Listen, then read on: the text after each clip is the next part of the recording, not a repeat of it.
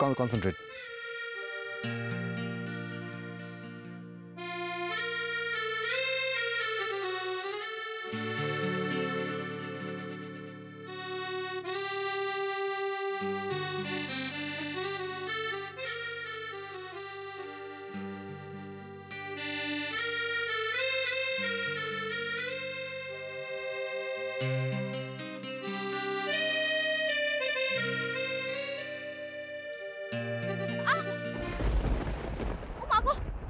কি হলো?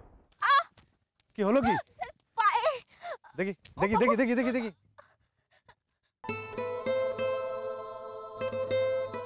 এইখানে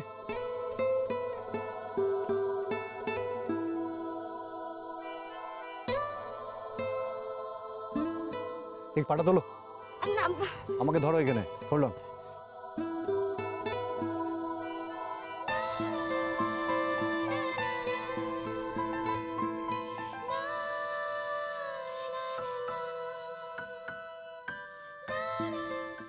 দেখি পাটা তোলো, আস্তে আস্তে আস্তে। দেখি দেখি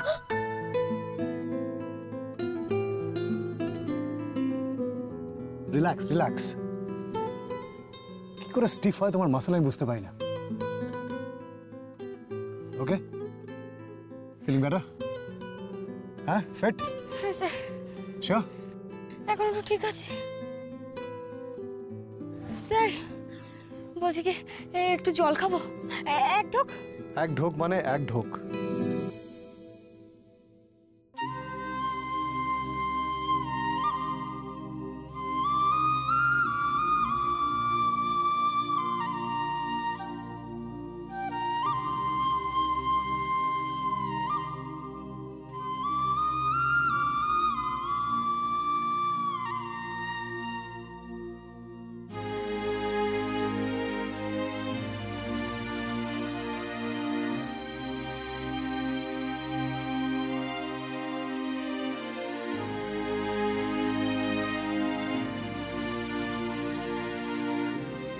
ব্যাস ব্যাস, এক ঢোকের বেশি নয়। কত খাচ্ছ?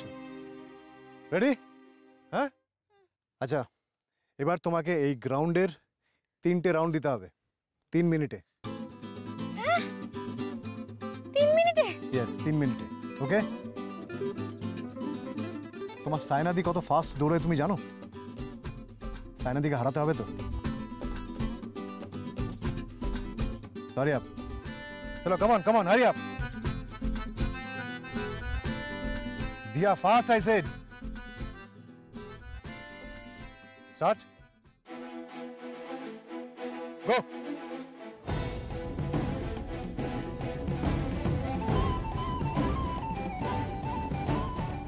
Diya, fast.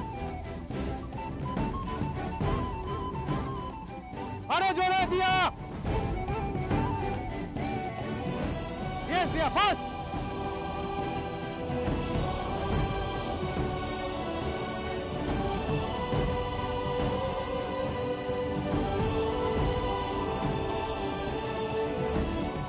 Yes, run!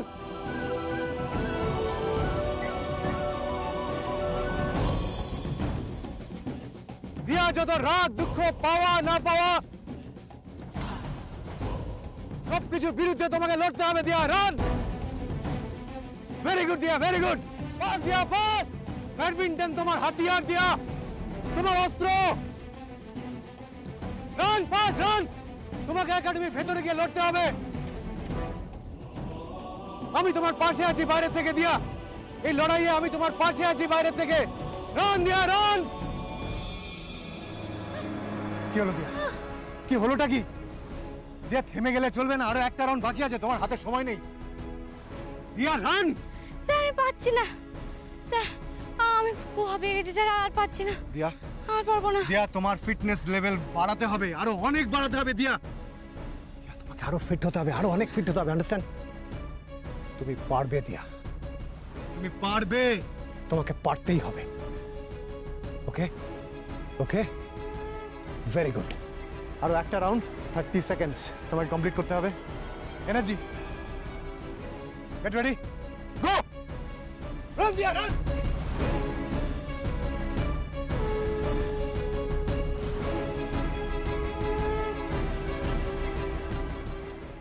হলো?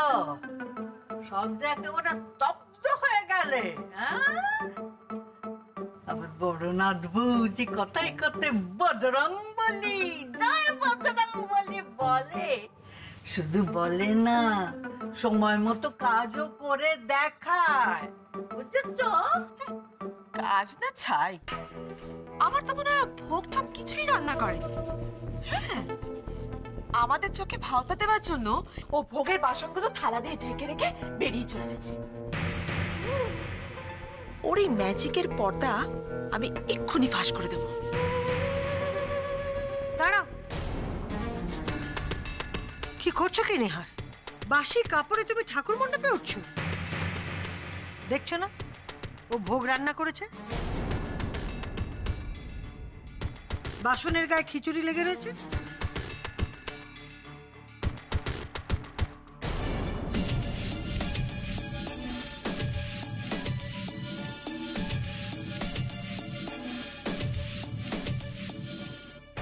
বড়নাথ বউ যে ভোগ রান্না করেছে সেটা তো একটু হাসি মুখে বলতে পারতে। সবসময় গোমরা মুখ করে থাকো। দেখো বৌমা, মেয়েটার উপর শুধু শুধু রাগ করো না। তোমার দেওয়া কর্তব্যে সে তো অবহেলা করেনি, তাহলে সে তার স্বামীর কর্তব্যে অবহেলা করবে এ চিন্তা তুমি করছো কেন? ওই মেয়েকে যদি স্বামীর প্রতি কর্তব্য করতেই হয়, তাহলে সবার আগে উচিত আর্যকে ব্যাডমিন্টন খেলা থেকে দূরে সরিয়ে দেওয়া। আর যতদিন না সেটা করতে পারছে, ততদিন আমার মন পাবে না। তিস্তা? হ্যাঁ মা। ওকে ফোন করে বলো যেখানেই থাকুক যেন রাধা মাধবের পুজোর আগে ও বাড়িতে ফিরে আসে। আজ ঠাকুর মশাইয়ের সঙ্গে হাতে হাতে পুজোর জোগাড় ওকেই করতে হবে। আমি আমি আমি এক্ষুনি ফোন করছি মা।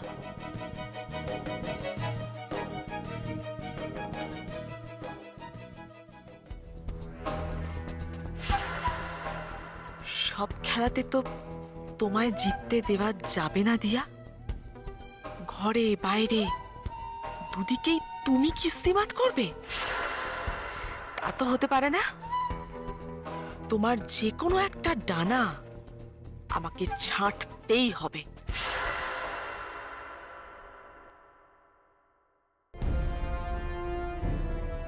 আরে কি করছো কি দিয়া? তুমি প্র্যাকটিসের মধ্যে এরকম দৌড়তে দৌড়তে এসে ঢকঢক করে জল খেয়ে নিচ্ছ? হ্যাঁ, তোমার সর্দি গরমি হয়ে যাবে, এটুকু সেন্স আছে তোমার? স্যার স্যার আর একটু দিন না, খাই আমি। দিয়া তুমি বুঝতে পারছো না, তোমার ফিটনেস লেভেল আরো অনেক বেশি বাড়াতে হবে। এভাবে অল্পতে টায়ার্ড হয়ে গেলে চলবে না, হাঁপিয়ে পড়লে চলবে না। তোমাকে ফিট হতে হবে, আরো এনার্জি চাই, আরো স্ট্যামিনা চাই দিয়া। তার জন্য তোমাকে হার্ডকোর ট্রেনিং করতে হবে, প্র্যাকটিস করতে হবে, প্রফেশনাল লেভেলে প্র্যাকটিস করতে হবে, তাহলে তুমি পারফেকশনে আসতে পারবে দিয়া। হ্যাঁ স্যার, আমি বুঝতে পেরেছি, আর আমি তো চেষ্টা করছি স্যার। চেষ্টায় সাকসেস পেতে হবে দিয়া। তোমার একাডেমির প্লেয়ারদের হাইট দেখেছো? শালিনীর হাইট দেখেছো? তুমি ওদের থেকে অনেকটা শর্ট। তোমার এই ডিসঅ্যাডভান্টেজকে অ্যাডভান্টেজে পরিণত করতে হবে। ওরা যে স্ট্রোকগুলো নিচ্ছে সেগুলো কিভাবে রিটার্ন করবে সেটা তোমাকে জানতে হবে, প্রপারলি সেটা করতে হবে। তার জন্য স্ট্র্যাটেজি করা দরকার। তোমাকে স্ট্র্যাটেজি নিয়ে ভাবতে হবে দিয়া। Strategy sir? ইয়েস। তুমি গণেশ আর কার্তিকের গল্পটা শুনেছো? একবার শিবা গণেশ আর কার্তিককে বললেন যে তোমরা পৃথিবীর 7 পাক দিয়ে এসো, দেখি কে আগে এসে পৌঁছায়। এবার কার্তিক তো সবসময় ছটফটে, সে তার ময়ূর নিয়ে বেরিয়ে পড়লো পৃথিবীর 7 পাক দেওয়ার জন্য। আর গণেশজি ধীরে সুস্থে বুদ্ধি করে শিবা আর দেবী পার্বতীর চারদিকে ঘুরে ফেলল। 7 পাক হয়ে গেল। এবার 7 পাক দিয়ে এসে সে লর্ড শিবার পার্বতীকে বলল যে আমার 7 পাক হয়ে গেছে, কারণ আমি আমার বাবা মাকে পৃথিবী বলে মনে করি, তাই আমি পৃথিবীকে 7 পাক দিয়ে এলাম। কার্তিক ফিরে আসার অনেক আগেই কিন্তু লর্ড গণেশা বুদ্ধির জোরে কাজটা শেষ করেছিল দিয়া।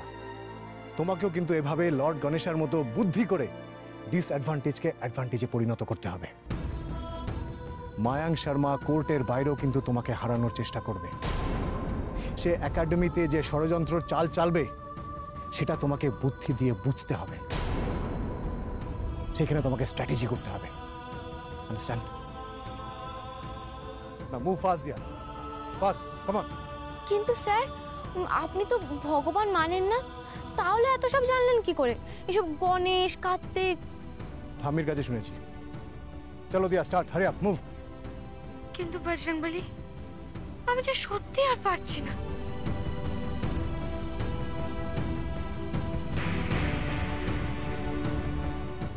চলো, ছেড়ে দাও।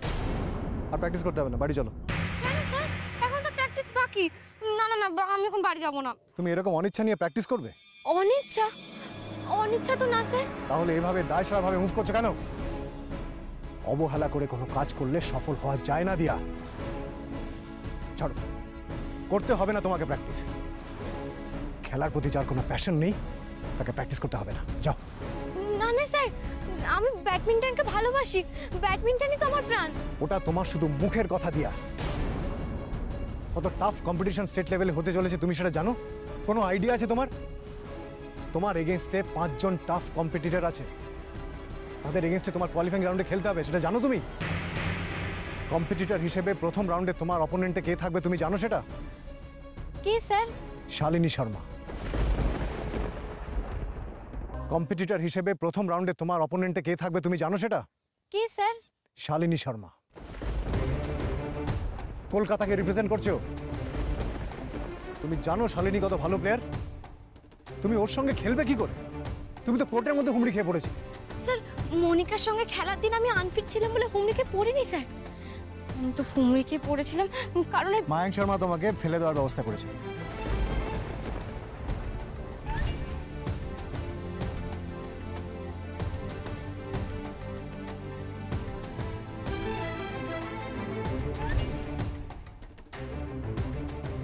এবার বুঝতে পারছো তো? এবার বুঝতে পারছো কেন তোমায় আমি বারবার বলছি শুধু খেলার স্কিল নয়, বুদ্ধিটাও কতটা জরুরি সেটা ভেবে দেখো। সব প্লটিং এর এগেইনস্টে তোমাকে দাঁড়াতে হবে দিয়া, অথচ তুমি সবকিছু ভুলে গিয়ে সংসারে মেতে আছো, আনন্দে মশগুল। একমাত্র ব্যাডমিন্টন ছাড়া বাকি সবকিছু তোমার কাছে প্রায়োরিটি পায়। না স্যার, এই খেলাই তো আপনার আমার মধ্যে মূল যোগসূত্র। এই খেলা না। এই কথাটা যদি মনে প্রাণে বিশ্বাস করতে তাহলে এত তাড়াতাড়ি গিভ আপ করতে না। না স্যার, আমি গিভ আপ করছি না। বাড়ি ফিরে যেতে ইচ্ছে করছে তাই না? ভাবছো কতক্ষণে বাড়ি গিয়ে রেস্ট নেবে তাই না? আরে এই তো তোমার ডেডিকেশনের লেভেল। না স্যার, এসব আমার কিচ্ছু চাই না। আমি তো সবার আগে ব্যাডমিন্টনকে ভালোবাসি। তাই নাকি? আচ্ছা দিয়া, বাবা মা আর ব্যাডমিন্টনের মধ্যে আমি যদি তোমাকে বেছে নিতে বলি তুমি কোনটা বেছে নেবে?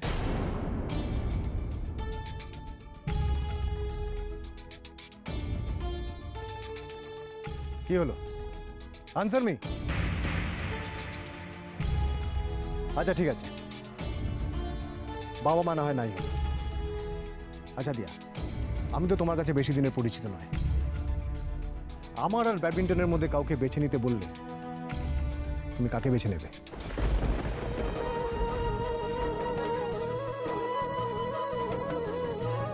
বলো দিয়া, চুপ করে থেকো না।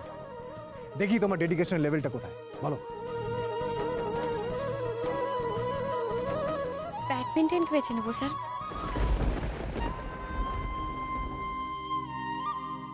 Good, very good. এটা যেন শুধু মুখের কথা না হয়, যা বলেছ সেটা যেন মন থেকে তুমি বিশ্বাস করো। ওকে, নাও মুভ, লেটস স্টার্ট।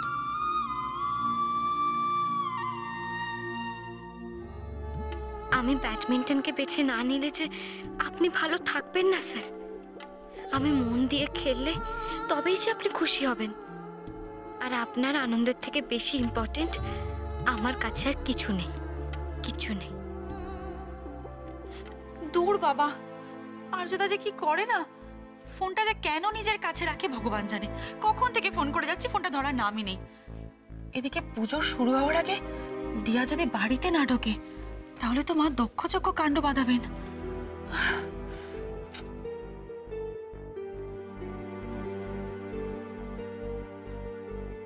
হ্যাঁ তিস্তা বল।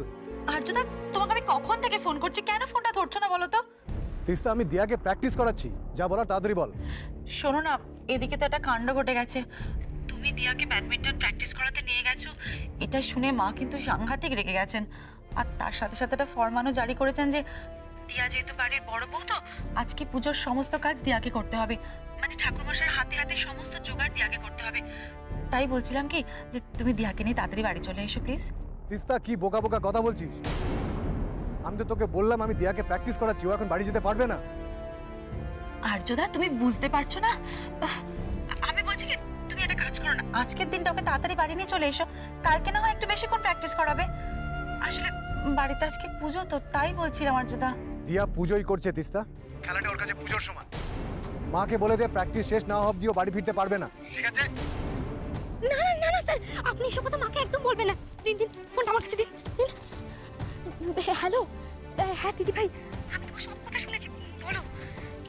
বলছি কি, মা আমার পর খুব রেগে আছে, তাই না? হ্যাঁ দিয়া, বুঝতেই তো পারছো। আচ্ছা দিদি ভাই, আমি দেখছি যে করি হোক ওনাকে রাজি করিয়ে আমি যেন এক্ষুনি বাড়ি ফিরতে পারি। হ্যাঁ হ্যাঁ দিয়া, তাই করো। আমার কথা তো শুনছে না আর্যদা, তোমার কথা যদি শুনে, না হলে কিন্তু খুব মুশকিল হয়ে যাবে। মুশকিল? মুশকিল তো অলরেডি একটা হয়ে গেছে দিদি ভাই। আমি আসলে সকালবেলা যখন প্র্যাকটিসে এসেছি তখন ওই ব্যাডমিন্টন গিয়ার পরে চলে এসেছি, মানে ওই শর্ট স্কার্ট আর টি শার্ট। হ্যাঁ, ও মাই গড, তুমি তুমি শর্ট স্কার্ট টি শার্ট পরে বাড়ি থেকে বেরিয়েছো? এখন বাড়িতে ঢুকবে কি করে? সেটাই তো বুঝতে পারছি না দিদি ভাই। তাড়াতাড়ি আমি দেখছি, ওনার সাথে কথা বলে কোনো প্ল্যান বার করতে পারছি না। আমি দেখছি। হ্যাঁ, আর আমি এখন রাখছি, কেমন? দূর বাবা, আমি এখন মাকে কি বলবো, কিচ্ছু বুঝতে পারছি না। এবার জমবে মজা। ব্যানার্জি বাড়ির বড় বউ একবারে আত্মীয় স্বজনের সামনে শর্ট স্কার্ট আর টি শার্ট পরে ফ্যাশন করে বাড়িতে ঢুকবে, আর তারপর মা তার যা অবস্থা করবে আমি তো জাস্ট ভাবতেই পারছি না। উফ, আরে বেচারি দিয়া। এখন কি হবে স্যার? আমার তো ভীষণ টেনশন হচ্ছে। মা এদিকে ভীষণ রেগে গেছে, আমি যে কি করে মাকে শান্ত করি। এদিকে বাড়িতে লোকজন, পুজো, কি যে করবো এখন বুঝতে পারছি না। তার আগে তুমি একটা কথা বলো তো, আমার পারমিশন ছাড়া তুমি ফোনটা আমার হাত থেকে কেড়ে নিলে কেন? না মানে আসলে আপনি দিদিভাইকে যেসব কথাগুলো বলছিলেন, দিদিভাই তো সে কথা মাকে বলতে পারতো না, তাই আমি ফোনে জানার চেষ্টা করছিলাম যে বাড়ির আসল অবস্থাটা ঠিক কি। মা যদি আমার ওপর রেগে যান সেটা তো ঠিক নয় না, সেই দিকটাও তো আমাকে দেখতে হবে বলুন। কিন্তু এখন যে কি করে বাড়ি ফিরি সেটাই বুঝতে পারছি না। তুই বাড়ি যাবে মানে? আমি কি এখানে ইয়ার্কি মারছি নাকি? হ্যাঁ, যে যখন তোমাকে ডাকলো তুমি বাড়ি ছুটলে, সেটা হবে? প্র্যাকটিস এখনো ওভার হয়নি দিয়া। স্যার আমি জানি, কিন্তু স্যার কোনো কিন্তু নয়। প্র্যাকটিসকে অবহেলা করে তুমি পুজোতে যাবে না। Got it? Sir sir please please আজকের দিনটা অন্তত স্যার একটু বোঝার চেষ্টা করুন না স্যার, প্লিজ। দিয়া, তুমি প্র্যাকটিস ছেড়ে গেলে তোমার কি পানিশমেন্ট হবে সেটা তুমি জানো তো? স্যার স্যার আপনি কেন এরকম করছেন বলুন তো? মা আমার উপর রেগে আছে, আপনি আমার উপর রেগে আছেন, আমি কোথায় যাই বলুন তো? আমার জীবনে আপনি তো বাসেন বলে পাঠানো দুধ স্যার, আপনার কাছে তো সব সমস্যার সমাধান আছে। স্যার প্লিজ আজকের দিনটা আমাকে বাঁচিয়ে দিন না স্যার, এই সমস্যার থেকে আমাকে প্লিজ উদ্ধার করুন না। এরপর থেকে আপনি যা বলবেন, যতটা হার্ড ওয়ার্ক করতে বলবেন আমি সব করবো স্যার। প্লিজ আজকের দিনটা অন্তত। আমি তো বুঝতেই পারছি না কি করে এখন বাড়ি যাব। এই অবস্থায় বাড়ির লোকজন যদি আমাকে দেখে, না না, মা তো ভীষণ বকবেন আমাকে। কেন কেন বকবেন তোমাকে? দিয়া, তুমি না একজন প্লেয়ার? তোমার এই পোশাকের লজ্জা কিসের? তুমি এই পোশাক পরে বাড়ি থেকে বেরিয়েছো, তুমি এই পোশাক পরেই বাড়ি যাবে? না স্যার, এই পোশাকটা আমার কাছে লজ্জার নয় স্যার, এই পোশাকটা তো আমার কাছে সম্মানের, গর্বের। কিন্তু স্যার সংসারে থাকতে গেলে তো কিছু নিয়ম পালন করতে হয় বলুন। তাতে যদি শান্তি বজায় থাকে, খালি খালি অশান্তি ডেকে এনে কি লাভ স্যার? আর সেনকা তো দেখলে এই পোশাক নিয়ে বাড়িতে আম্মা মা কত অশান্তি করলো। আর এই পোশাকটা পরে আমি যদি বাড়িতে যাই তাতে তো অশান্তি আরো বাড়বে। তার মানে তুমি আমার কথা শুনবে না? ঠিক আছে ঠিক আছে, তোমার যা ইচ্ছে তুমি তাই করো, আমি কিছু জানি না। স্যার আপনি তো আমাকে শিখিয়েছেন যে আমাকে ঘরেও জিততে হবে আর বাইরেও। আমি এমন একজন ব্যাডমিন্টন চ্যাম্পিয়ন হতে চাই যে গর্বের সাথে বলবে সে ব্যানার্জি বাড়ির বড় বউ। স্যার আজকে একটা নতুন দিন শুরু হচ্ছে স্যার, এটা অশান্তি দিয়ে কেন দিনটা শুরু করছেন? আর আমার বাড়ির বড় বউ হিসেবে একটা দায়িত্ব আছে, একটা কর্তব্য আছে, আপনি কেন বুঝতে চাইছেন না? আমি বললাম তো আমি কিছু জানি না। তোমার যা ইচ্ছে তুমি তাই করো। হে বজরংবলী, কি বিপদে বললাম তুমি দেখো। স্যার তো আমার কোনো কথাই শুনছে না, কি করে যে রাজি করাই স্যারকে।